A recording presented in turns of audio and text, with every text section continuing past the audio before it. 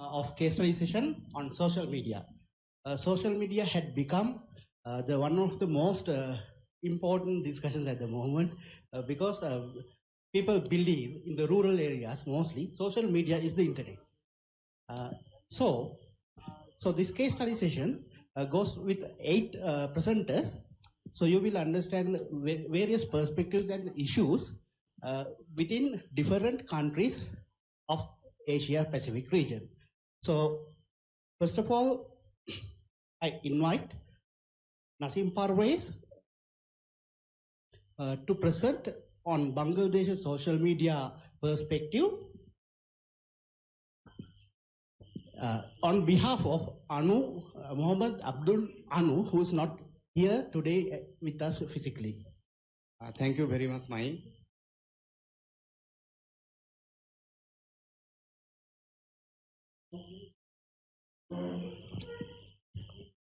Hello, good afternoon, everyone.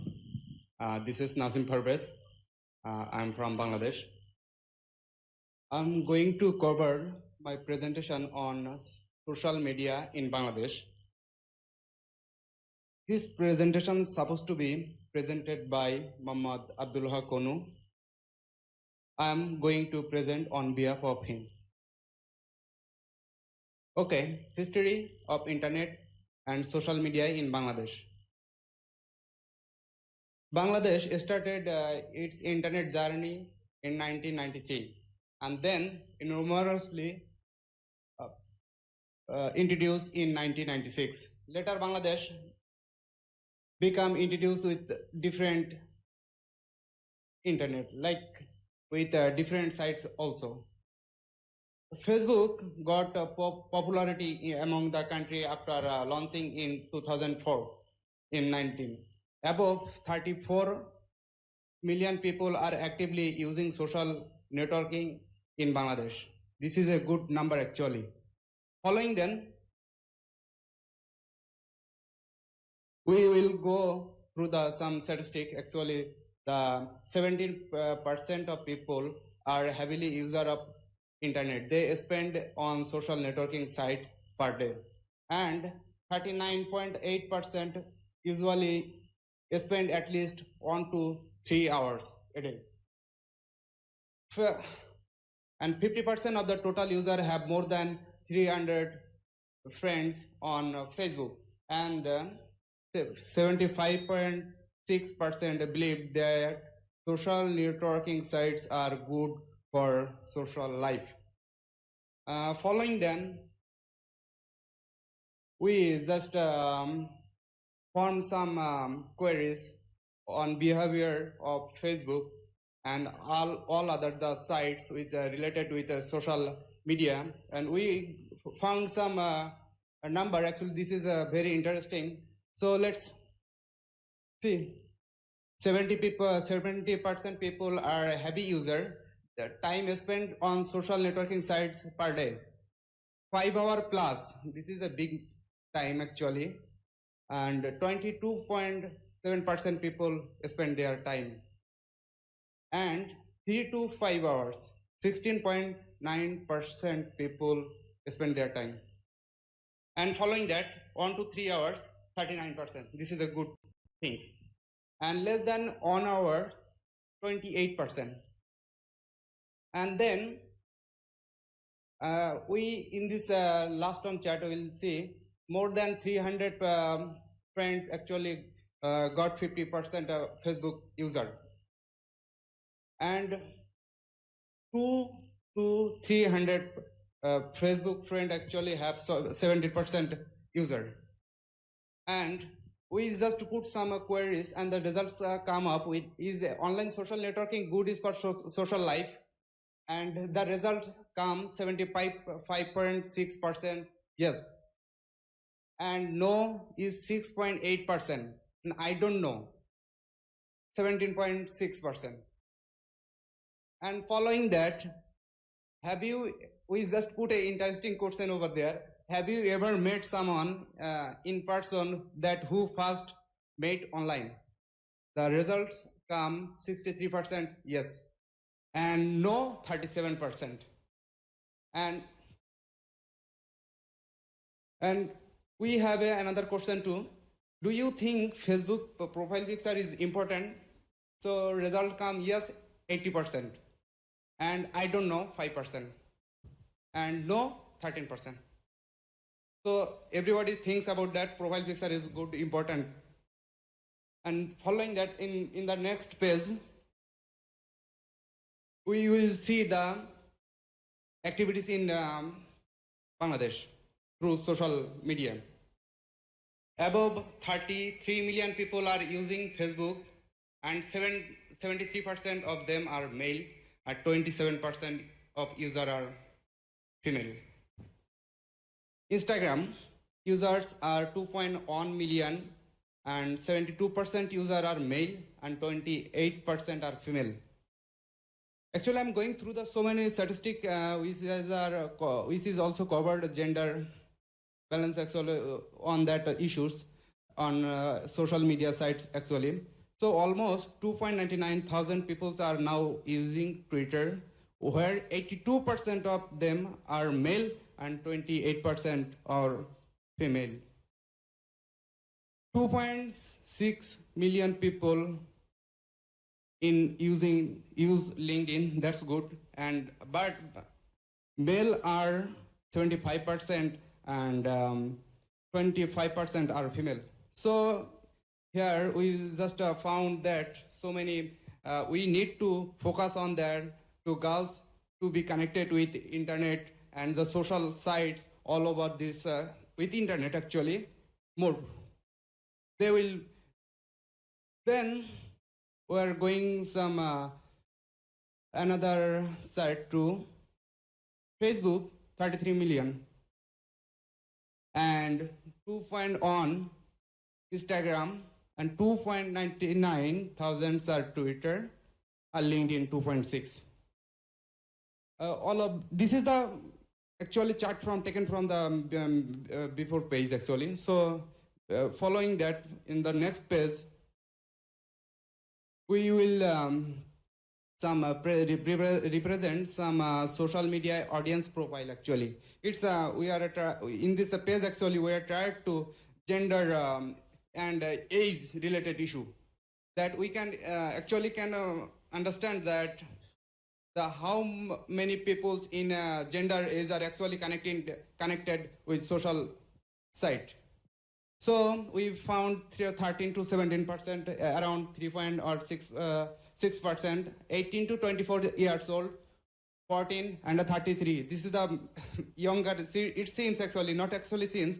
Following the charts, 18 to 24% years old are actually connecting internet to mass and very heavily and massively. Following that, 40 to 34 year also 7% and to 25%, and 35 to 44 years old, 13% and 7%. This is the statistics related to with age. So on the next page, we are going to discuss about some social sites issues actually that happened over in our countries actually.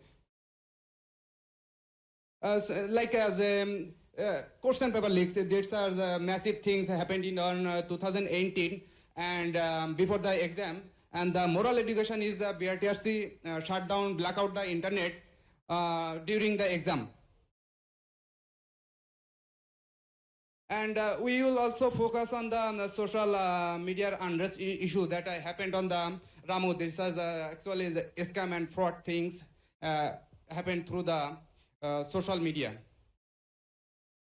And we also see the good things about Shahbag gathering. Actually, that's people gather. It's all about millions of people gather over there only for justice for war crime or criminals.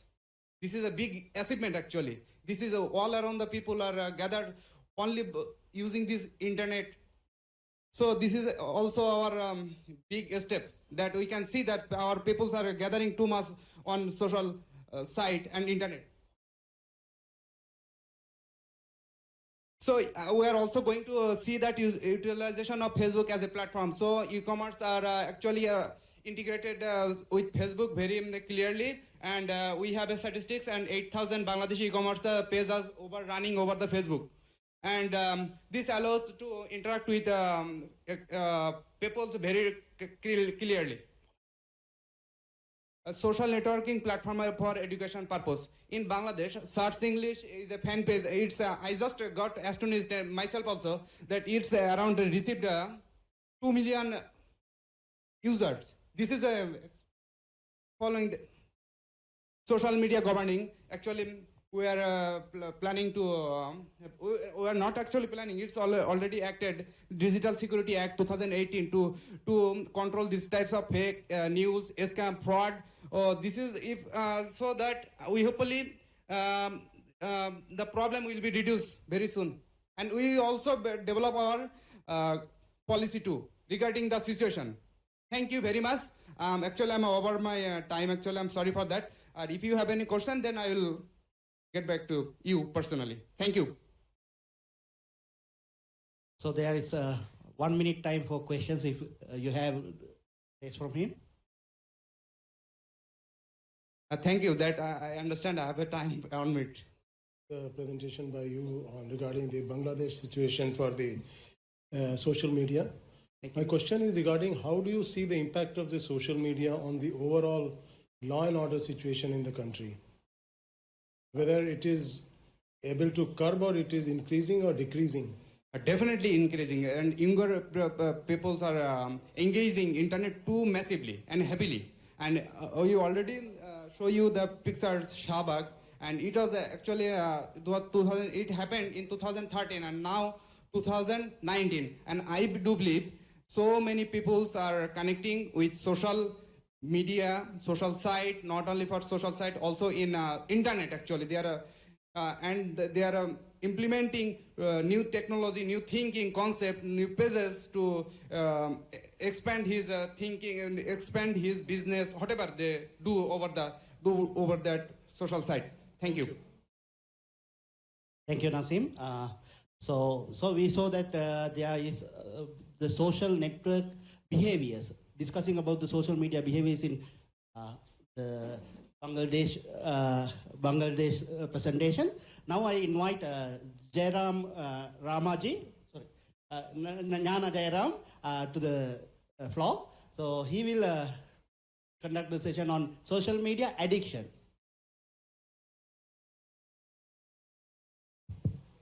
Good evening, one and all present here.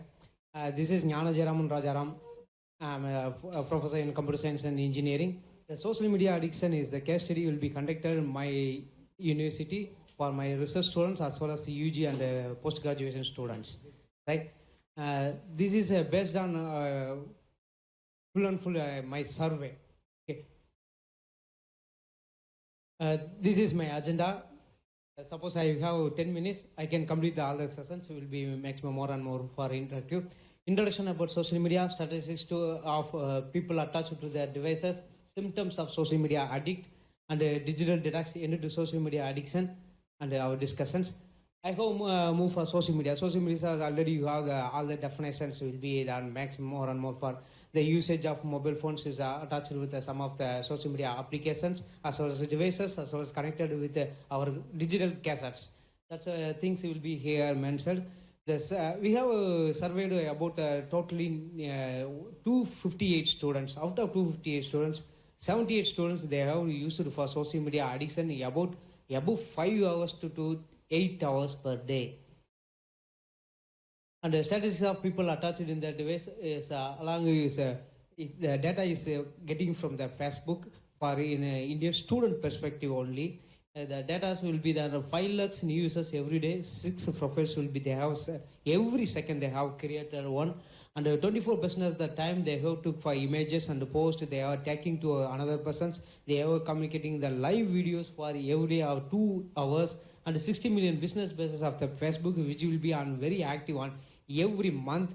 Each and every month they have produced a lot of the images as well as a lot of the huge data in videos as well as.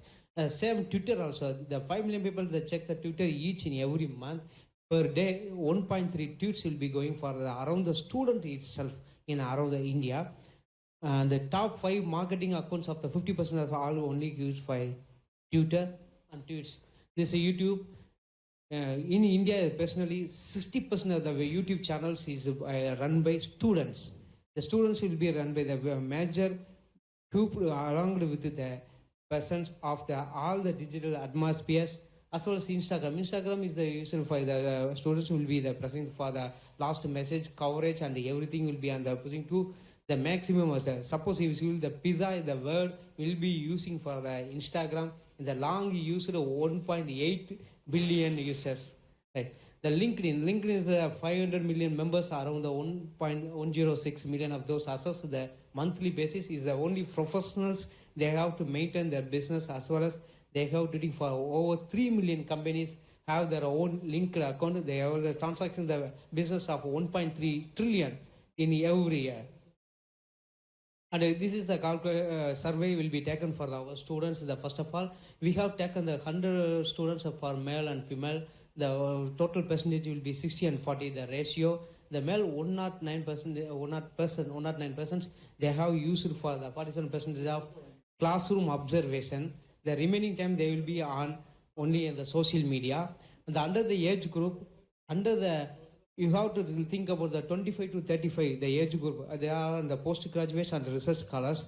They have almost addicted by 72% of persons will be the social media. And the gender bias, the male will be exceeding more than 63%, and as well as the 37% of the female media. And they use any type of social media. So all the persons they have to use it for the different kind of social media, as well as Twitter, YouTube, Facebook, and some of the accounts.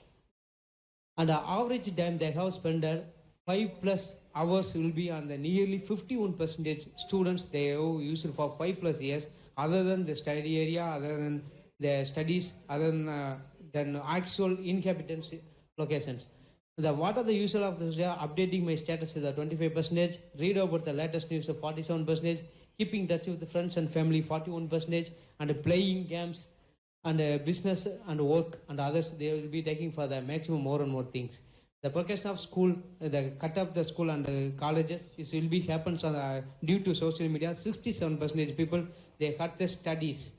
We have looked at the last 1 year survey about the semester pattern. I look at the internet connectivity everywhere in the social media is agree for 72%.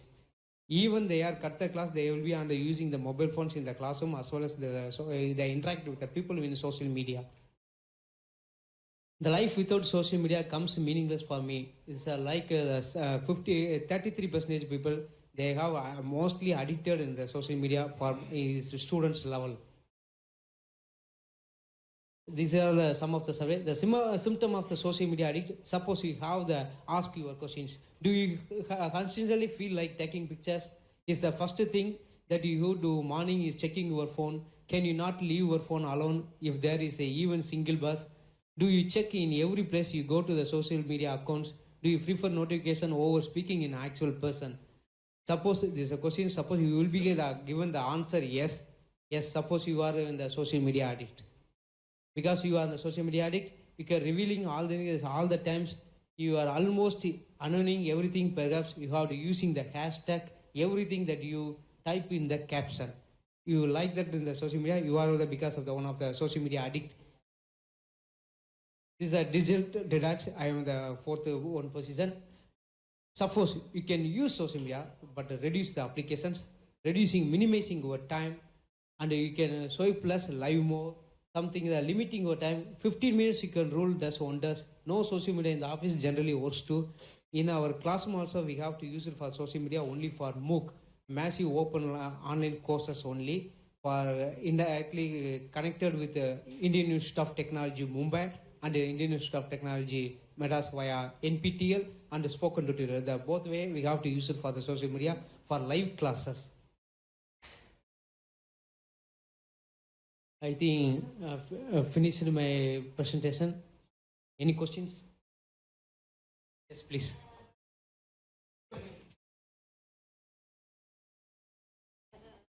A question.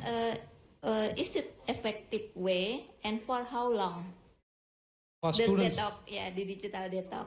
Thank result you. direction. Suppose you can continue the practically for 21 days, continuously reducing the minimizing the applications for 21 days. Automatically, students will be get there and come back to their education. We are practically well known about our students. That's why we have practiced. The success level rate will be now increased 18% to 27.5%. Hopefully, we can get the next year around 50%. The 50% people we are not controlled because in the class time or the college time, the time will be managed. After the time, they will be used means we are not controlled, right? As a teacher's perspective. It is not lightning talk, no? No, it's a case studies. Okay, mine is very. After your this study, how are you going to see the detoxing of the social media and the YouTube? That's what you said, na? People are more addicted to these kind of things. So how are you going to take it out from them? Is there any effort in that direction? Yeah, it's like a IIT model. IIT model mode will be taken for NPTEL as well as a spoken tutorial session. What we have, we are not teaching to the classrooms. We can go for not the traditional way of black and white. We can go the ground. We can along the tree. Those who are the planter of the tree, under the tree, we have the taking the. So what we have discussed, not who are taking the classroom as well as the traditional way. We can discuss the topic. We can give the topic. We can get the data from the topic. We are discussing to the student. That way, we are minimizing the social media addicts. Okay. But it is not possible to 100% cure. Yeah. Anything? Okay, thank you. Thank you. Thank you very much. Okay. Okay. While the presentation of internet addiction, we knew that the content makes the addiction as a one point. So now we are going to discuss about the some content regarding on the social media, disinformation and social media by Lukman from Indonesia. Okay. Good afternoon, everybody, ladies and gentlemen. Today, I would like to presentation about the disinformation on social media in Indonesian election presidents in 2019. As we know that now Indonesia already decided by the General Commission elections for the 27 June is Indonesian president for the 2019 until 2024 is President Joko Widodo and Amin Ma'ruf. So the agenda we talk today is overview, scenario what did Indonesia do, and then reaction plan from the prepare for the election planning and lesson learned. As we know, if we see the history and fact, we can learn from Indonesia can learn from the election from the United States of America in 2016, and then France in 2017, and then the voting of Brexit. So the disinformation or fake news, or Indonesia we call the hoax campaign in the internet become the real problem. Most of this campaign, especially those which are well organized, involve technical mechanism, including malicious activity. This topic, Indonesia will share how to Indonesia handles for the disinformation or fake news when the president elections in 17 April 2019. The trend of cyber threat in election is happening. The non-e-voting system is not hack the election system, but how to utilize the platform of social media in herding or even manipulate public opinions through the information, propaganda, and fake news. Our scenario, Indonesia's scenario, we are from the National Crypto and Cyber Agency. We have building cybersecurity regulations. monitoring security event in network access point, defense operation joint task force, and fighting against cybercrime and law enforcement. So, we principle is by using the collaboration and synergy. For the handle for the social media, we cooperations with the Minister of Information Technology, yeah, and then for the law force, we collaboration and coordination with the police department. Also, we coordinate collaboration with the international networking, yeah, first and APSIG, and also we collaboration with JICA Japan. Sure.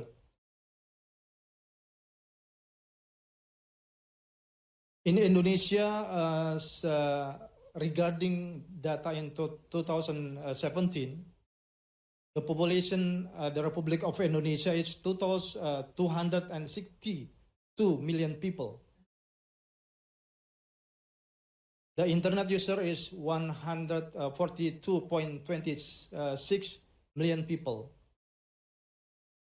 So the internet user is 54.68% people. If we see the person who involved in the president elections, the president election which held on 2019 will be attended by 190 million people, voters. The permanent voters list released by the General Election Commission mostly in West Java. In this province, there are 33 million individuals involved. So if we see the distribution of men and women around the 34 province and 512 district in Indonesia, it's half it's men and the half is women. So what is the reaction plan for media social with collaboration and synergy in Indonesia? We have three tasks. The first is information gathering, recognition, and literacy. The first, identify and search for the keywords that are related to the scenario incident or may affect the perception of the incidents. The second, identify communicators on social media user using these keywords.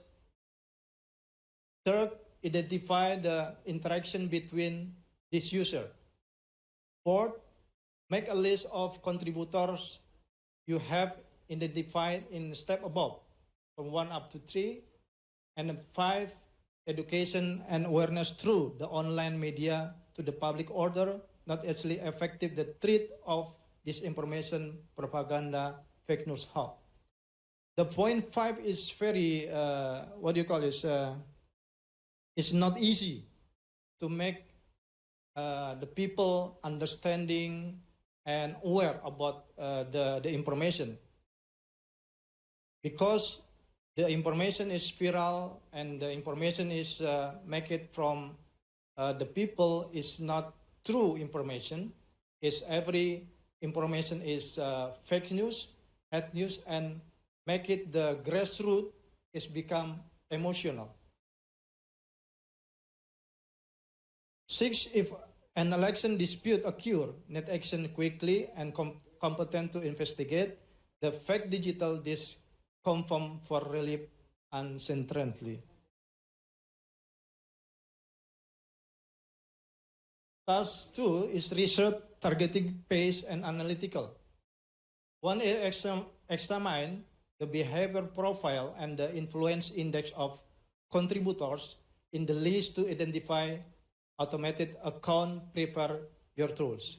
Indonesia have tool for analyze social media. Also, I think every country is have the tools or have different tools for the analyze media social. A second, divide the list into the spread list of automated user, those with the natural behavior profile. We profile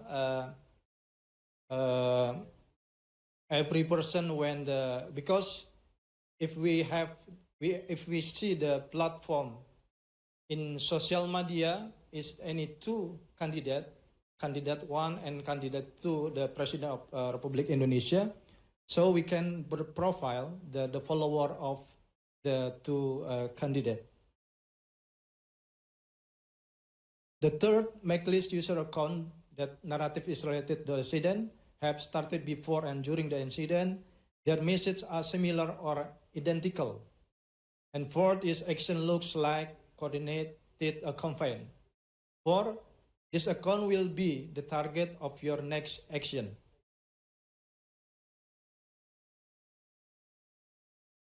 Task 3, response phase. That we explained to you. 1 year before, Indonesia already predicted what is the crucial time when the election is announcement. For example, the election is due on 17th April 2019.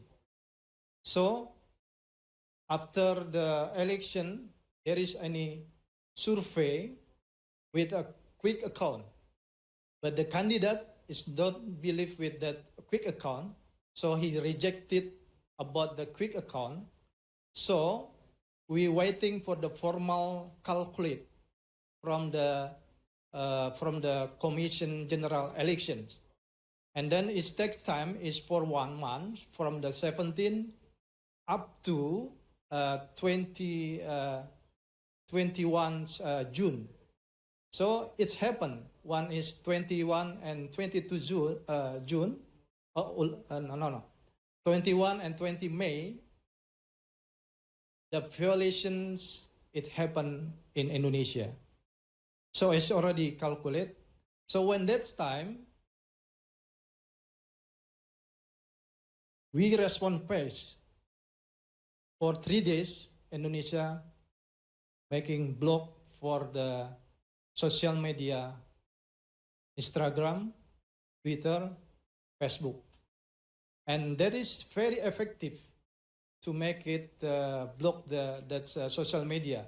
And so the situation is more conducive and the situation is more peace. And yes, try to block selected user by repeatedly reporting violation of law or the administrations unless they identify communication determine what objective the opponent want to accept relation in the incidents. Plan your own communication effort to reduce the negative impact on the public opinion in relation to the incidents. Lesson learned. Actual threat the public perception. Being manipulated and influencing election result directly to the purpose of hacking attack can also damage the credibility of the process election. Cyber attack and the dissemination of misleading information about the election process, rumors like that can be enough to weaken public perception and trust in the integrity of the electoral process. Second, government should involve the control social media platform in internet. Research competence are supportive for information operation team, and there should be rather peer-to-peer cooperation that one team and collaboration and synergy cooperation is very effective and powerful. Thank you very much. I just would like to say this, our founding fathers, crypto in Indonesia, just 1% mistake enough has caused the country collapse by Rubiono Kertapati. Thank you very much.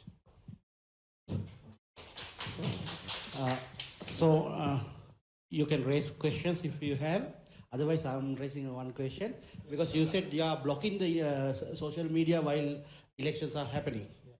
So, as the perspective of internet freedom, is it what the community says? Yeah. Why I block the media social? because that is for the protect our country first. And secondly, that is just limited of blocking, just only for 3 days, and only the video we can blocking. I just want to ask you one question. That, all over the world, the blocking social media has been a #1 priority of the government when anything is happening, right? So why aren't we thinking about raising awareness to the public at basic level? It's like I have been saying this in a lot of forum that internet is like a knife, right? You don't hide the knife. What you do is you teach your children, if you kill someone, if you hit it with someone, then it hurts. So probably I think the best solution can be something like, raising awareness or developing better core values, right? I do understand the limitation of the countries. We have different countries, we have different values. We have to accept that as well. But why to fear with something that is like this? Because ultimately, blocking is not the solution. You know it, right? Blocking is not the solution. So what are we doing about changing that scenario? Because ultimately, you cannot. There will be VPNs, there will be things, and young people are like so smart, right? So why aren't we thinking about seeing the solution beyond the blockage? Okay. When I block that situation, because the situations, yeah. Secondly, the first I do in my country on my scenario, there is any educations and awareness for all the people of Indonesia to aware, to become major to using the media social, yeah. Because Indonesia is divided 3 area, the west area and middle and the east area. So every area is a different infrastructure, yeah. So yeah, so that's the first I do is I make it education and awareness to the people of Indonesia. That's only the situation only. Thank you. Thank you, Lukman. So now I cordially invite Santosh Segel to the floor to present social media regulations in Nepal.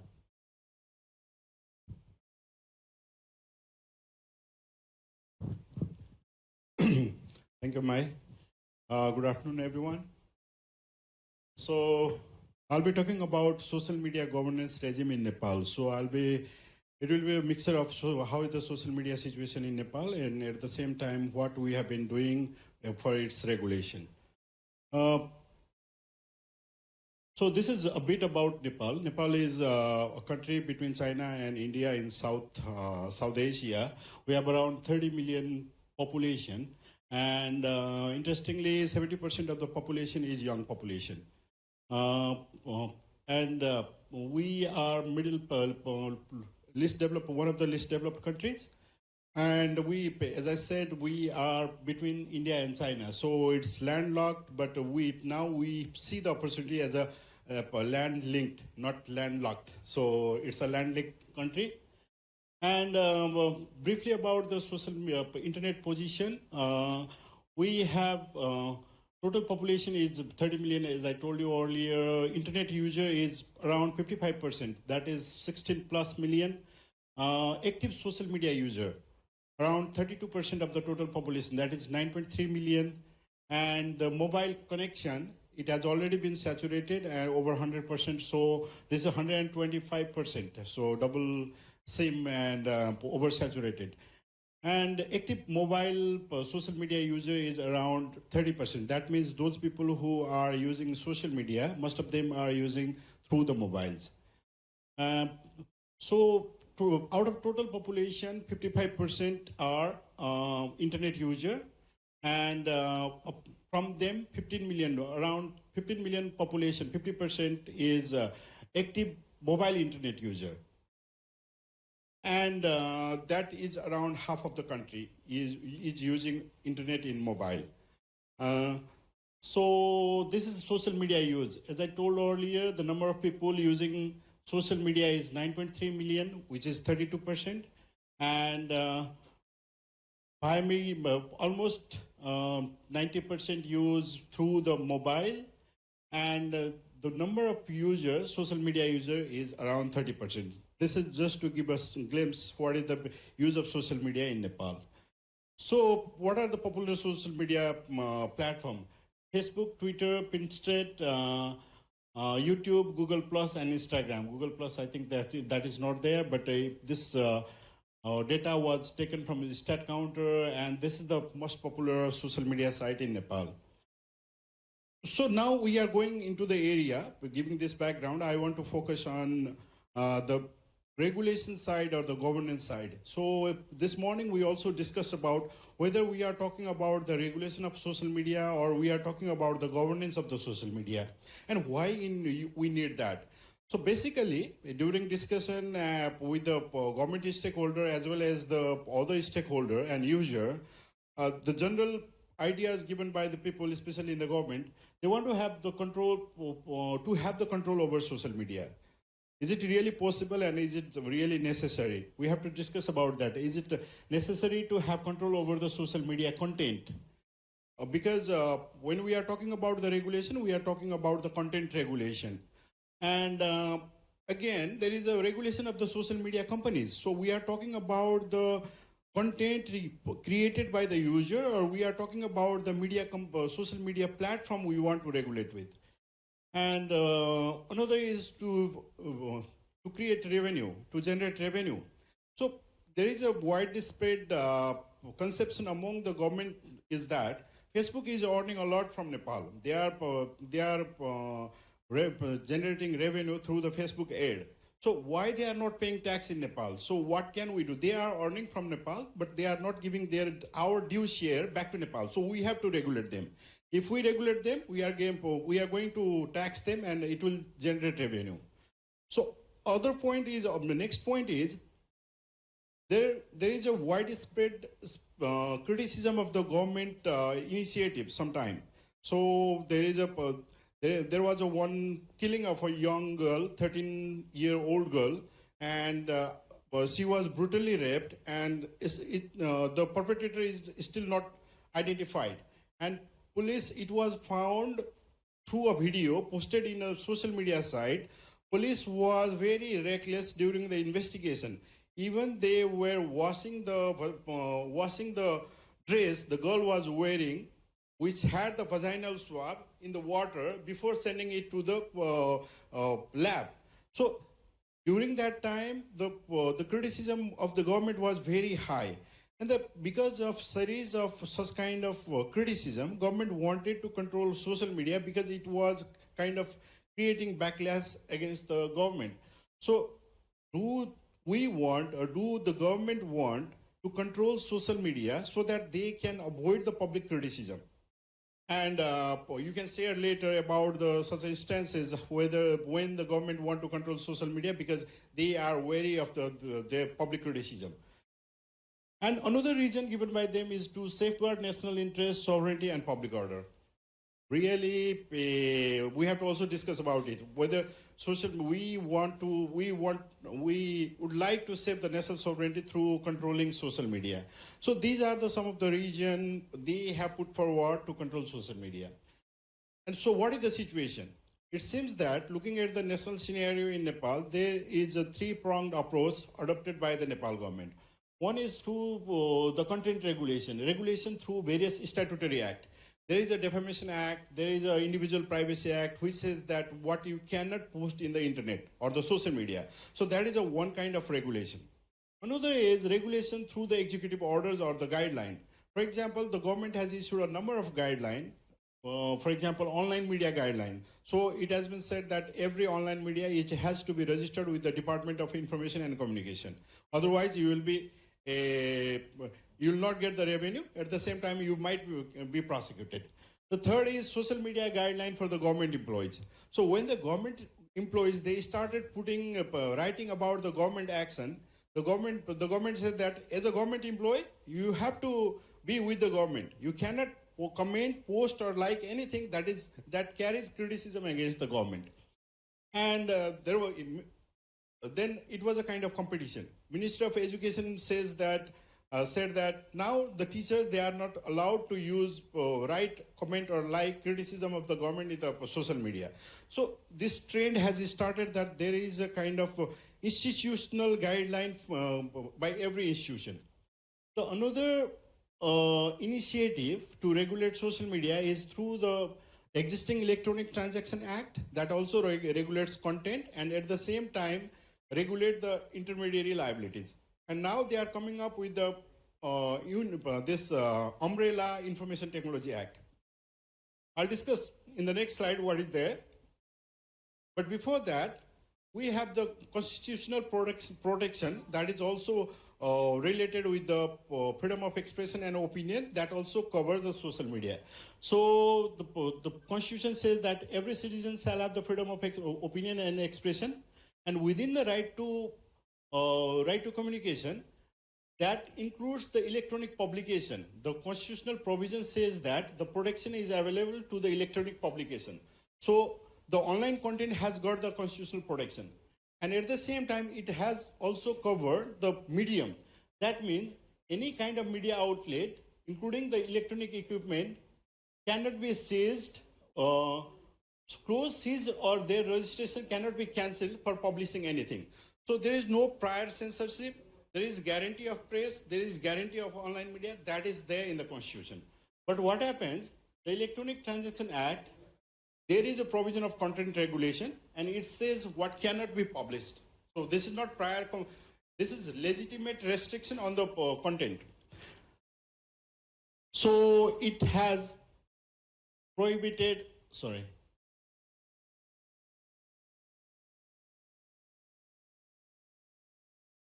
it has prohibited publication anything that is prohibited by the prevailing law, anything that is against the public morality and decent behavior. So we have a problem here. What is public morality and decent behavior? There is a room for interpretation. Any type of material which may spread hate or jealousy against anyone. Again, this is very ambiguous, so it can be interpreted anything by the government. That may jeopardize harmonious relations subsisting among the peoples of various castes, tribes, and communities. This is also very problematic. And this is the kind of 5 years prison or the pecuniary damages. So this is the provision 47 of the Electronic Transaction Act, which has been being used to target people who post something on social media. And at current state, 160 cases are ongoing in the different courts of Nepal for posting something in the social media under this law. The next is the executive order. So earlier I talked about online social media guideline. So because of this provision, 174 online media is already registered. And those media who are not registered, they are not availed of any protection of media. So if one media is not registered there, they will be taken for defamation. They have no protection under the press law. The third is 2073. That is, we are now in the 2076. We are 57 years ahead of this AD regular date. Vikram Sambat. So another example is porn ban. Last year, the government, the regulatory authority, they issued a notice that the ISPs should be liable if they do not contain anything that is pornographic in content. So this is another way of regulating content in the media and giving power to the intermediaries, because the government is not providing any list. They are saying that you look into the content and whenever you find pornography, you block it. What happens is it burdens the intermediaries with the additional liability, with the threat of prosecution that is against the freedom of expression plus the intermediary liability safe harbor rule. And that is not acceptable. But they issued a letter and they say that they have already blocked 25,000 websites. But irony is that there is no information which site has been banned.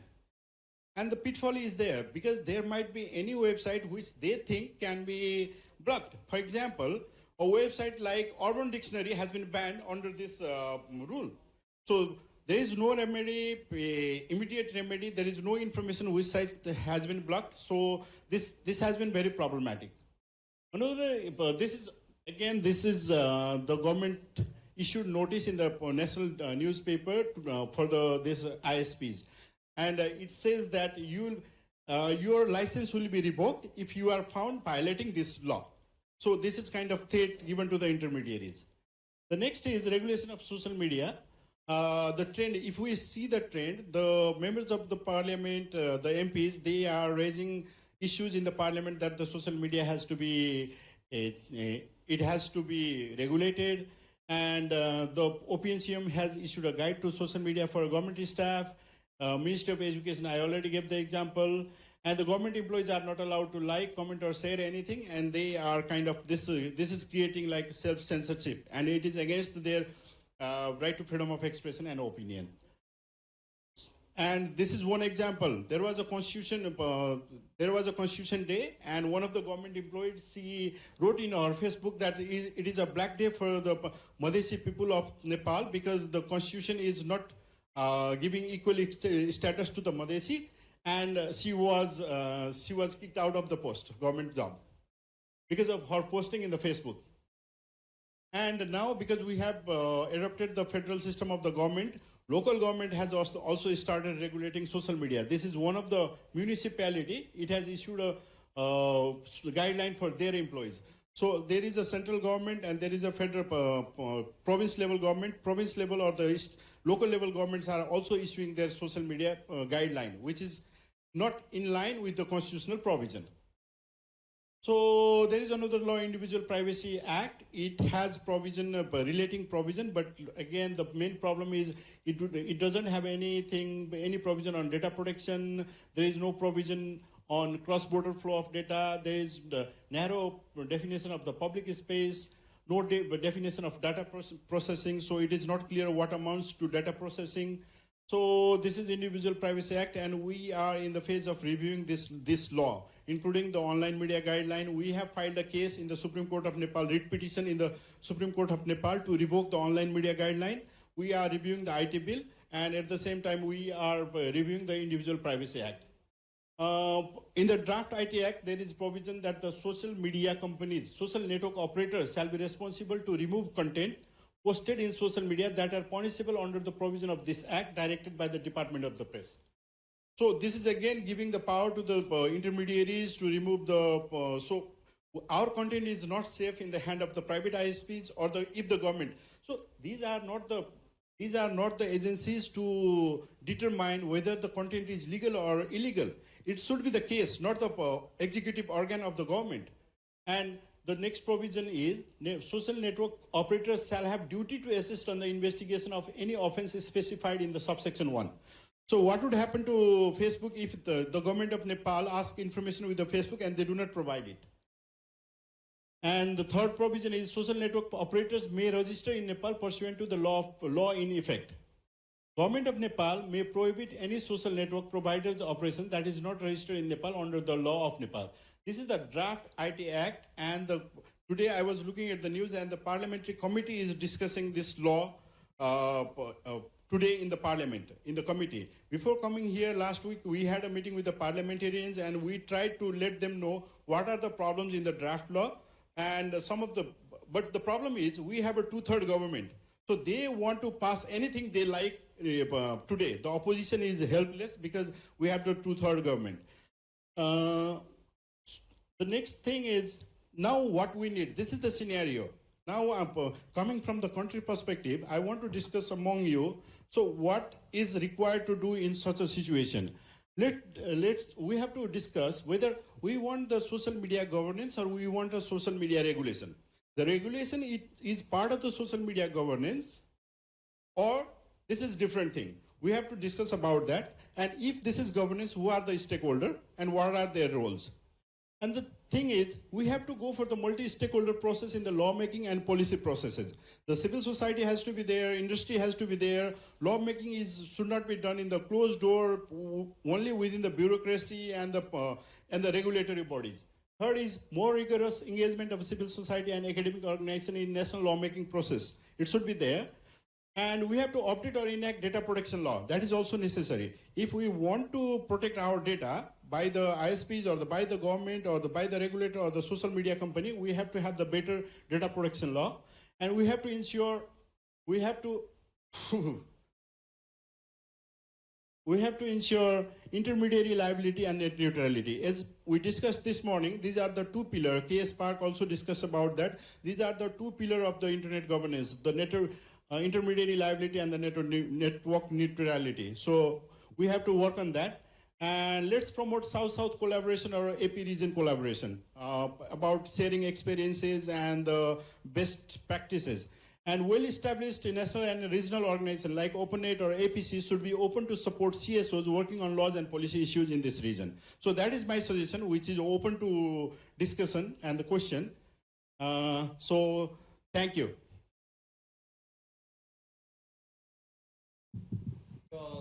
Watching your presentation, and also from my knowledge of the, it's working, right?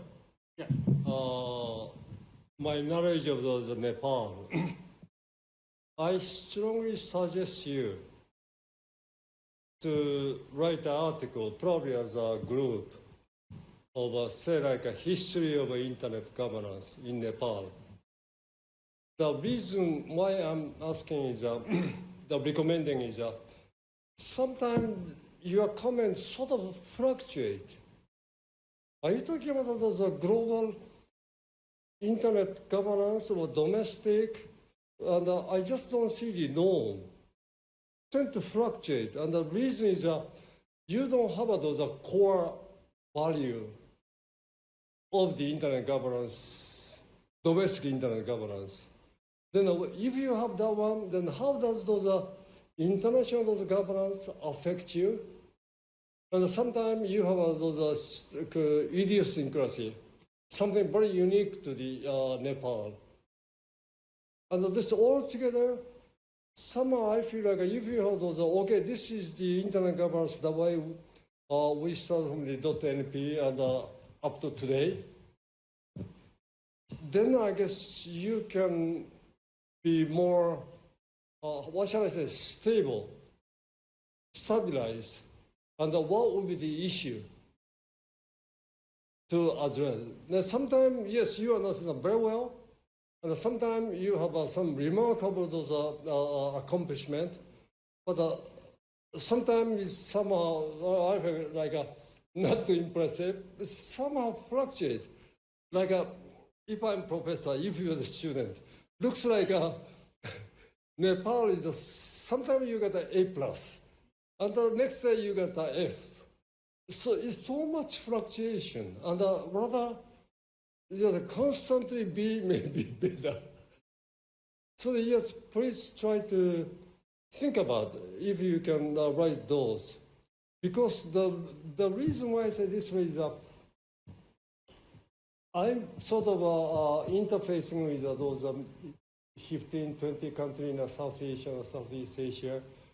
And from my experience of the internet since 1970, somehow you don't have a good, some solid concept about domestic internet governance. Okay, I'll give you some kind of example, okay? Ayana tradition, is that a domestic issue or global issue? Huh? It's a domestic issue to the USA. Like US government had a power.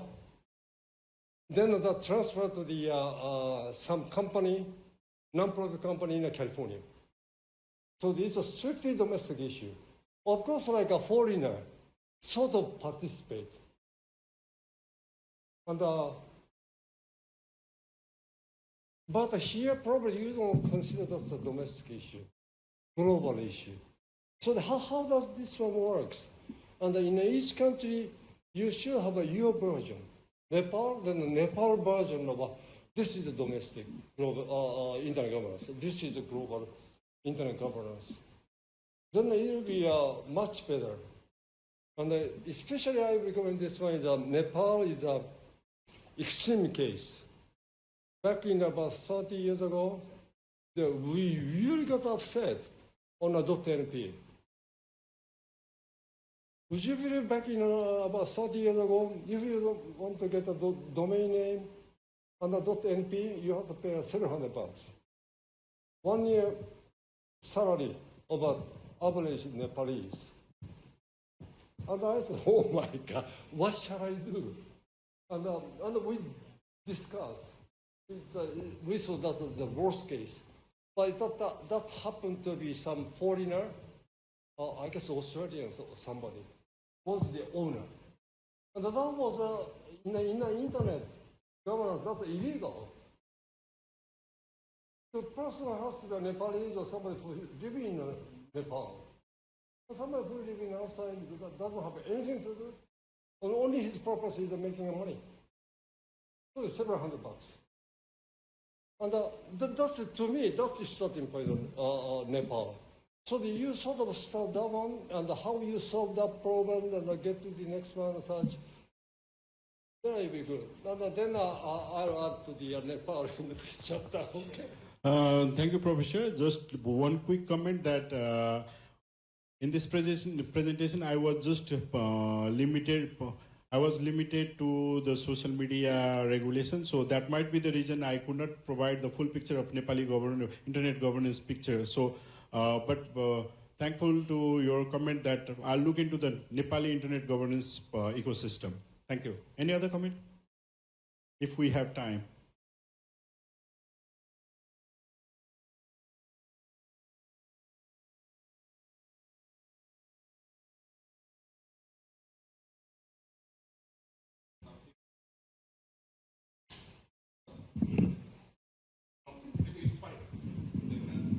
Said some, you showed some government attempt to block something that the pornography things. Yeah, that's that we discussed in these things before in the tea time. That this is the way government is starting to banning something, right? Then there are no any description what is the pornography and what is the obscenity? Yeah. So this is the thing then.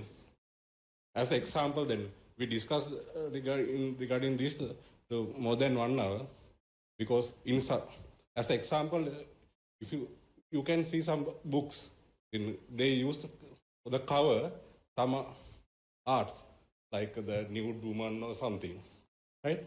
Then somebody can describe it's a pornography, but it's art, right? Then if you allowed someone to start censoring something or banning something, they are stopping in the very bad end. That's why I want to add you. Thank you, Arita. Yeah, the discussion we had this afternoon had the background. For example, while we were discussing the Draft IT Act, we wanted them to limit the limitation within the child pornography, not touching on the other pornography, because the adult people, if they want, they can have it. But child pornography, it has this is the universal content that should be regulated. So that was our argument, that the limitations should be concentrated on child pornography. Thank you.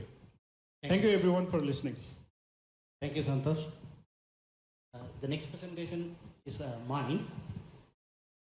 Yeah. Mahi.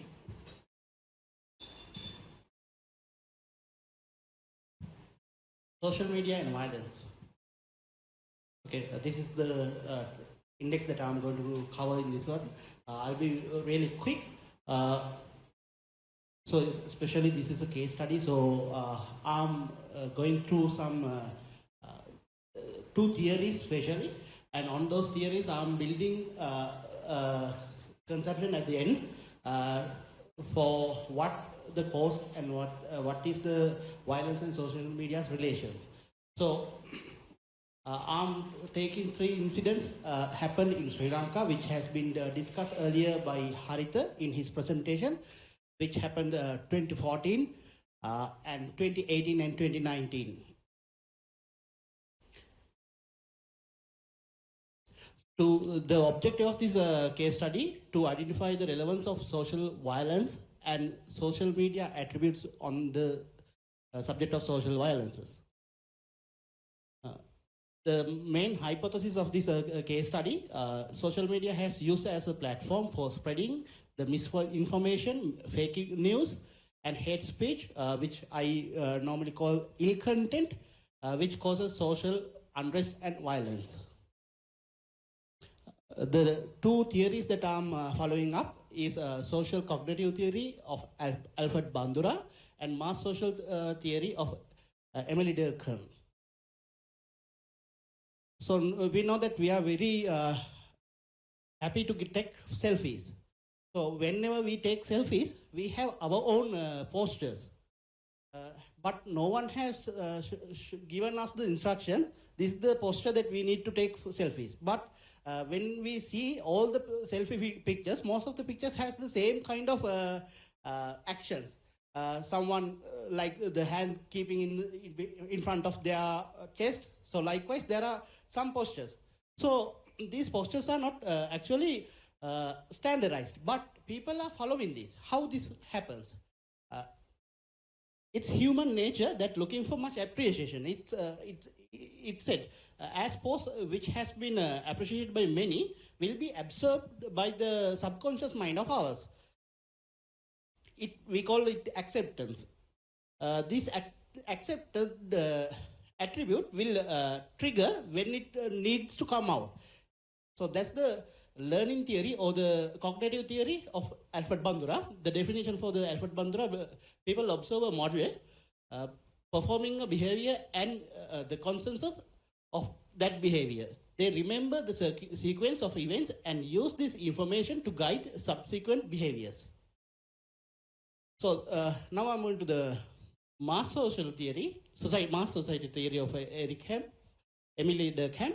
Social integration becomes problematic in 2 ways. In his theory, he says anomy, lack of usual social and ethical standards in the individual or group, where that we can see those things at the moment.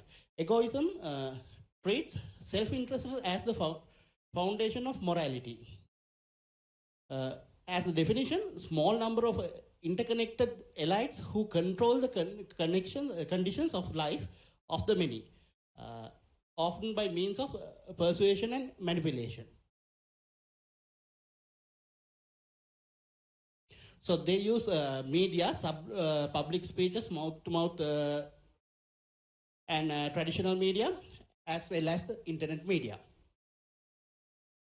So now I'll move into the history of the Sri Lanka. This will be a little bit case study. So the background of Sri Lanka. Sri Lanka is 23 million people in Sri Lanka, and especially majority is Sinhalese of 70%, about 70%, and Tamil and Moors, Malays, Burghers, and their religions are Buddhists, Hindus, Islamic, Christians, there are few other religions as well. After the colonization, this land is a source for violence. But not only that period, we have some readings about Rama, Sita's story, Rama, and also in the Mahavansan, it has given that Sri Lanka had a prehistory of violence backing what we have discussed yesterday even. So 34,000 years back, the Banguda man, one of the oldest man in the world, colonization found, and in Ramayana it says there is it's the Lankapure. So history of violence, Sri Lankan history is full of wars and invasions. Portuguese invasion, Dutch intervention, and also the British. Before that, we had Chola and South Indian taken the Sri Lanka a few times. So the wars are not frequently in Sri Lankan history. We can find there are wars and fights, and we have some violent nature in the background. Both communities moved and settled each other's predominant areas and lived them maintaining communal harmony. Anyhow, these communities, the Tamils, Sri Lankan, Sinhalese, Moors, are lived in harmony. And after the colonized period, that's been 1985 and 15, many believe that colonial rulers have planted the seeds for multiple conflicts for the easiness of administration. And controlling British placed Sri Lankan Tamils and Moors in positions of power over the majority of Sri Lankans, Sinhalese. After the post-colonial period, it's not an exaggeration to say that relation between the different ethnic groups worsened only after the British interfered in the island's politics. After the British gained complete control of the island in 1833, recommendation of Colebrook Cameron Commission in 1831, administrative unification reforms brought the sharply divided island under the highly centralized unitary state.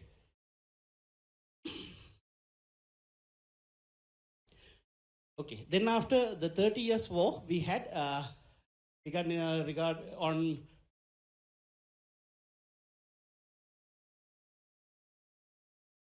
around 1980, 86 actually.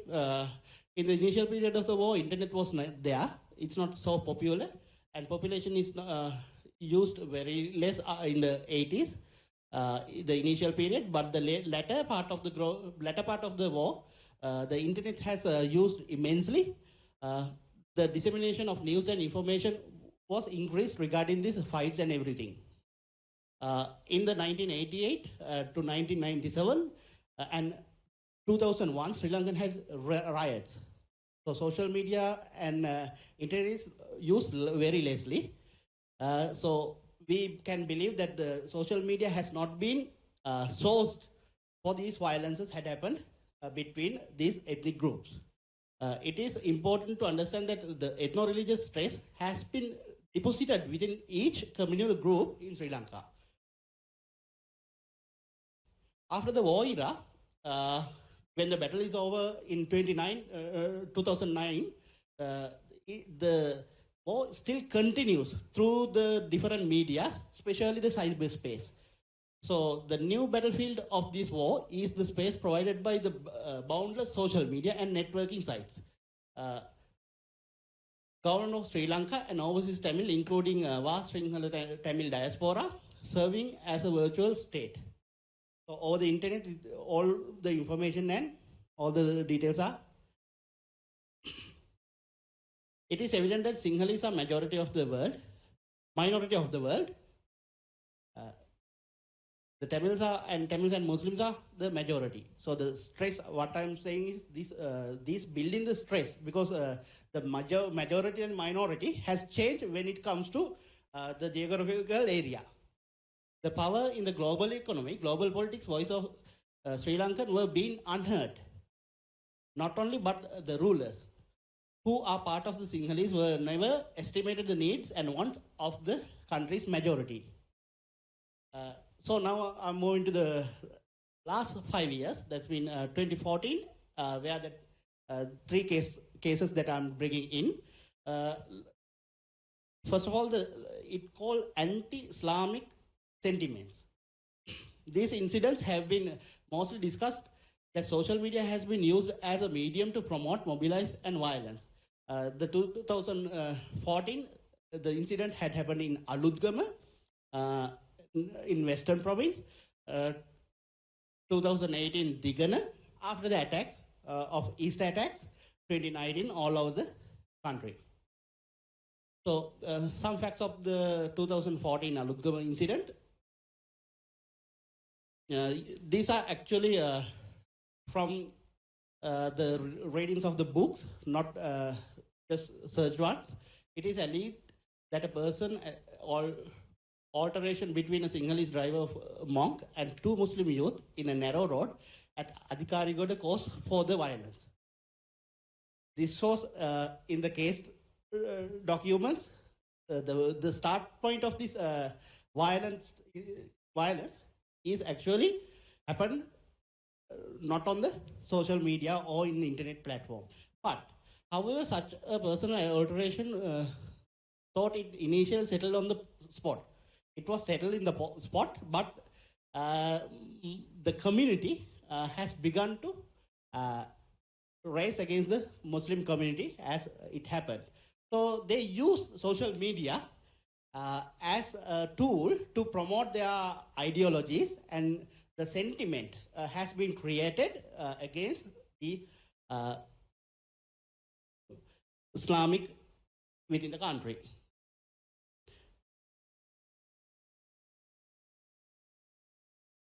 In 2018 Digana incident, also such a case had happened in physically happened incident. Few young fellows has killed one Sinhalese, and again the situation started within Kandy area where that I live. So he's hospitalized, and after his demise in 8 days, the whole social media started to uprise and mobilize the community. So the anti-Muslim sentiment is backed an incident which was spread across the country even before the incident happened. That's mean before he's dying, the anti-Muslim sentiment is being carried out through the social media. So to control this effect, the social media were banned for 13 days, and the speed of the social medias and speed of the bandwidth of the some websites were limited.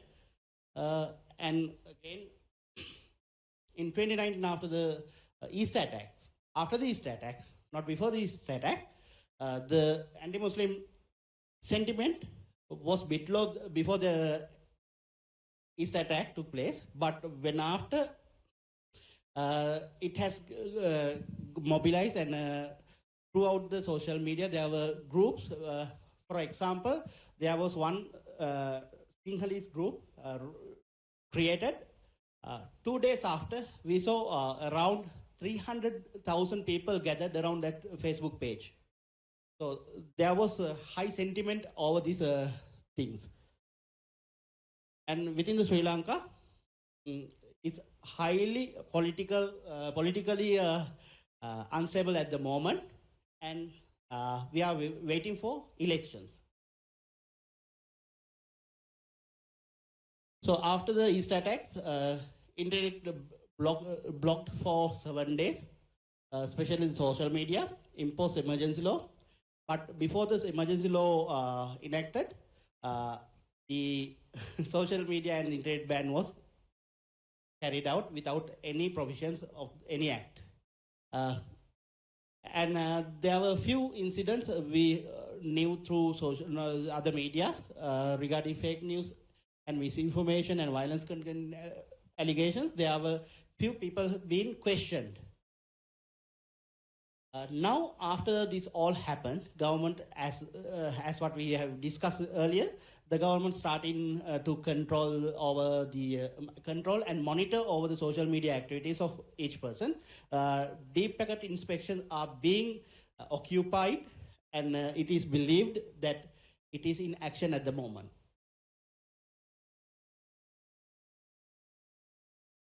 So these anti-Islamic and anti-Tamil sentiments are not created.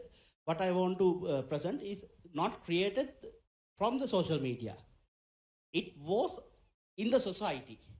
The people and organized groups has used social media and trigger the unconscious mindset of the mass to act on their need. So that's what actually happens. But the social media has become the source of communication within these groups and activists. So Sri Lanka usage of internet, normally Facebook is the internet. 81% use Facebook and Pinterest 10%. So we can you can see that Facebook has been used massively. So it's the elephant in the room. So and again after 2018 social media ban, Facebook has occupied 2% policy people in Sri Lanka. So now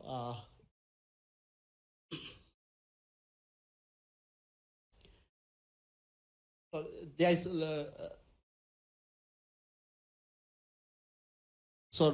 there was a social media mass violence, and we have done a little bit of a survey within the IG community of Sri Lanka. So only 18% people use. So we cannot see this ethically. This is a correct survey. This was just used within IG community of Sri Lanka. So because of that, it has said that they believe that social media promote violence. 61% believe that social media itself promote violence.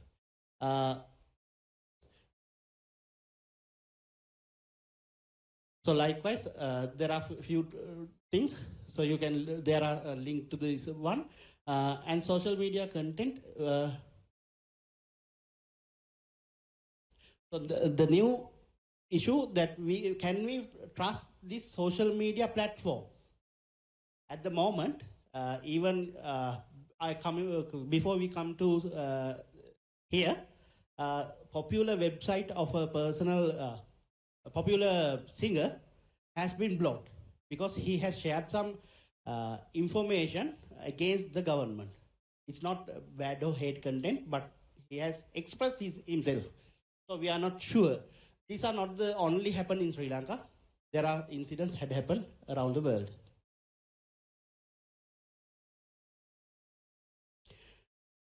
But when it comes to LinkedIn is another social media which used by some other target audience, but it doesn't promote this violence in the content of LinkedIn. So we have to look into that also. My conclusion of this case study, many believe social media has a relation to trigger social violence.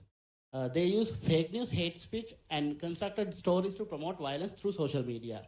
Individual political movements, private organizations has contributed to violence over social media, and social media attributes such as easy networking, free and low cost to promote.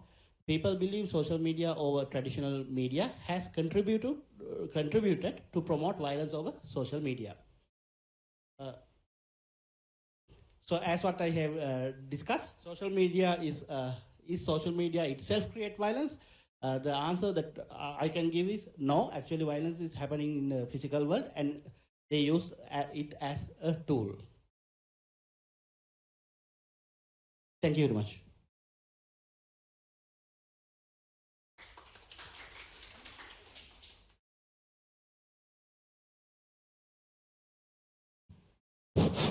I have a question. My question is directly related to the last statement that you said.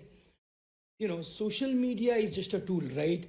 So why is it that, what are we lacking? Like from a civil society perspective, how do you, or from a private sector perspective, how do you see it evolving? Because at ground, it's completely different, right? We talk about freedom of expression. We talk about every other thing, rights to people and stuff like that. And when it comes to having, social media being moderated or censored, the government and everybody supports that. But in relation to the violence that is happening, there is a certain conflict. So how, from your perspective, sitting there in real grounds, see this the overall problem? Yeah.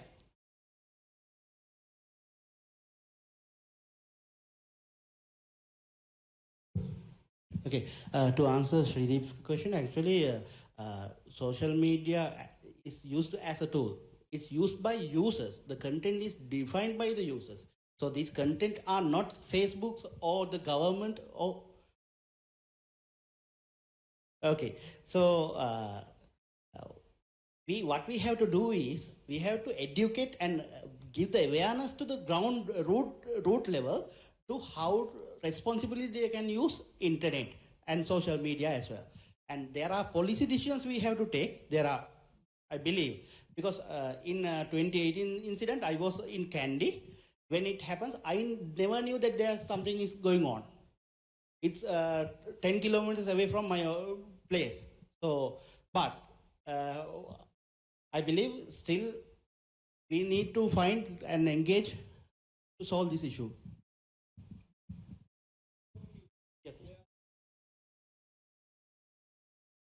Yeah. So now I invite.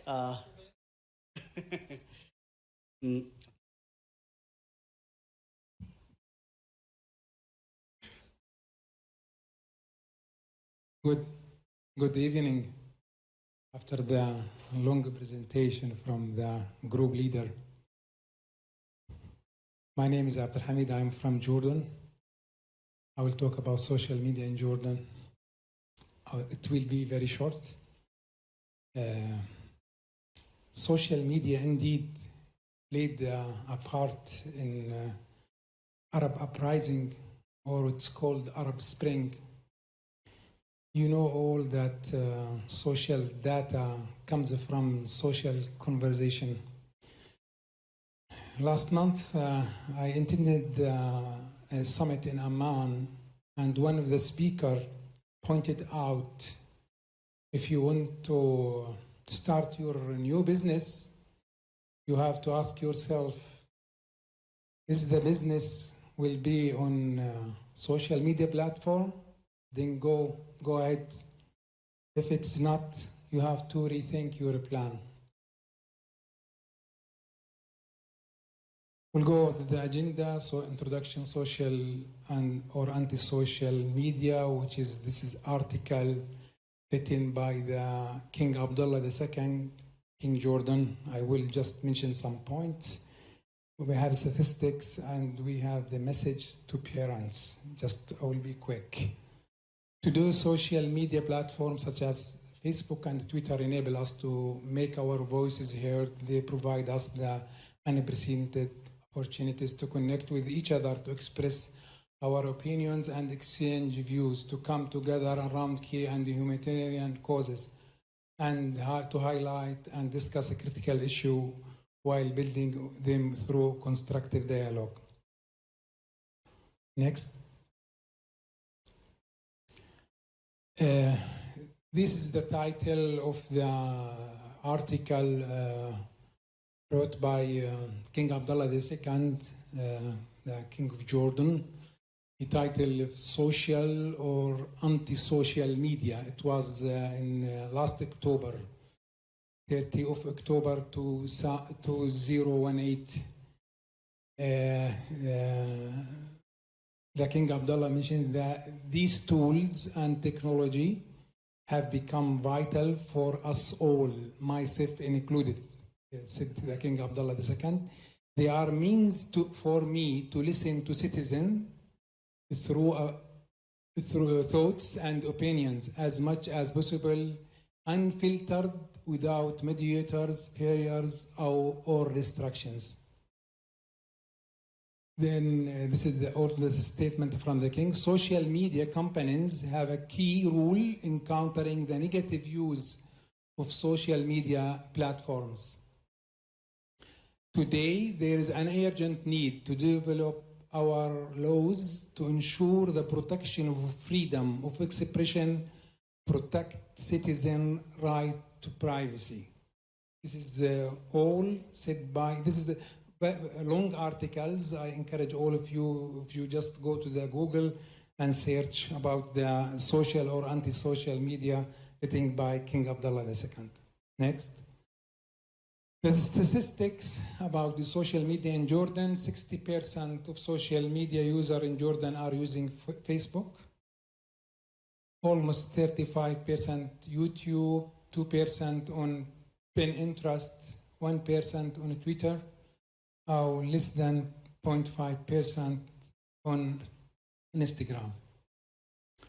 This is a message to the parents. I will read it loudly. Users, especially teenagers, often seek social acceptance and relate the number of followers they get or likes they receive on their photos to their self-image. As a parent, ensure that your teen knows that she is beautiful, smart, accepted, and loved, regardless of the result acceptance of their virtual world.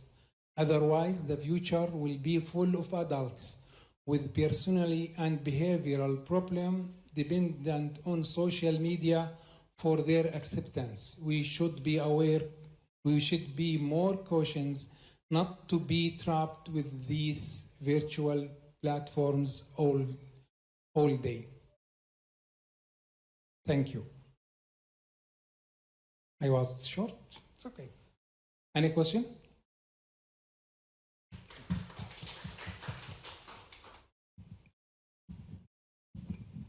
So now we are going to end the session of case studies on social media.